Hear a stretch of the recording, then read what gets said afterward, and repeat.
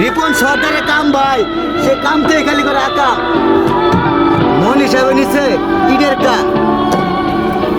ভাই আপনারা কাম করুন, আমি সদর টিয়া লইতাছি, সদর টিয়া লেগে যাই।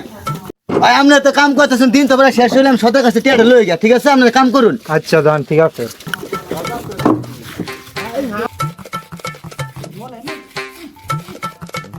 ও রিপন সর্দার টিয়া দে ভাই, এই বেটা টিয়া দে। ও বাবা, আমার রিপন আর ও সর্দার, আমার রিপন মারা গেছে। ওরে ঈদ